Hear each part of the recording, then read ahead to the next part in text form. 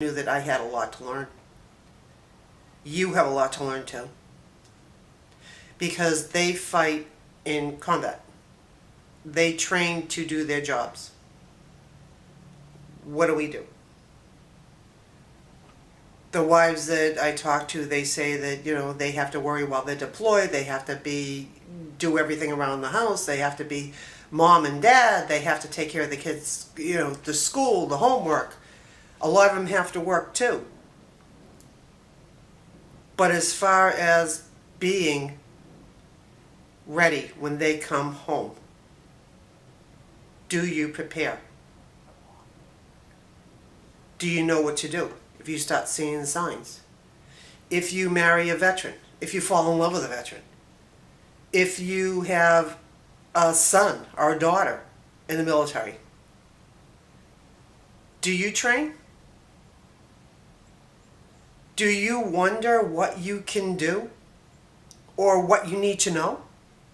Or you just say, oh, hey, everything's great, they're home, they're out of danger, everything's wonderful, life's fine. It's pretty much that's probably what you do. So when they do start showing signs that they need a lot more help than your love can give, you don't know what to do. It happens all the time. I've got a lot of wives that will tell me, I have enough to worry about. I don't want to know about this. I don't want to worry about things that I might never, ever, ever have to know. Pretty much with the race that we're looking at, you do need to know a lot. Now stop and think about something. You fell in love with them for a reason. You fell in love with them because of what is inside of them. And what is inside of them is still there. Don't start thinking they've turned into somebody totally different. They haven't. They are being changed by what they went through. It's your job to help them go recognize themselves in the mirror. Help them to see what you fell in love with in the first place. That's all still inside of them. That's your job. So I'm sorry that it is hard. It is extremely hard. What they did when they were risking their lives, that was actually a lot harder. Because we're not doing our jobs when they need us. We're seeing the results that we're seeing. We're seeing homeless veterans because families fell apart, spouses, parents didn't know what to do. So they sent the problem away. Instead of facing the problem head on and doing battle with it and kicking the hell out of it. Get PTSD out of your family. Don't get the veteran out of your family. I know. It's something that somebody should have told you a long time ago. Our job is to fight for them when they come home. Now, I wrote a book a long time ago. It's called For the Love of Jack, His War, My Battle. That's exactly what it is. It is my battle to fight to make sure that he got all the help he needed. What more can I say? If I did it, I had a high school diploma, period. I went to work right out of high school. I had a great job. I had to go to the library and read clinical books because there weren't any self-help books. You guys have Google. You have all kinds of self-help books. You have all kinds of groups to go to. Are you doing it? Are you simply saying, this is my life, it's terrible. Oh, I want to get a divorce. This is my life, it's terrible. He needs to move out. She needs to go away. What's that all about?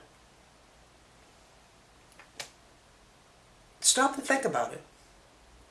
You want to fight for them? You want to let that love that you had for them, all that uniqueness, all those qualities, just evaporate? Or do you want to do whatever it's going to take to actually make them happy they came home? The choice is yours. Now, I don't really like talking about my family too much, but I had the luxury of knowing everything I needed to know by the time I was 24. I started this when I was 23. Yeah, I'm an old lady now. As hard as it was for me during the worst times, I can't imagine how hard it is for any other family member who knows absolutely nothing. But I also can't understand how a family member could know absolutely nothing about PTSD. Every time I read a story about another suicide, it's always, I didn't know. I didn't know what it was. I didn't know how much he was hurting. I didn't know how much she needed my help. Why didn't you know? It's our job.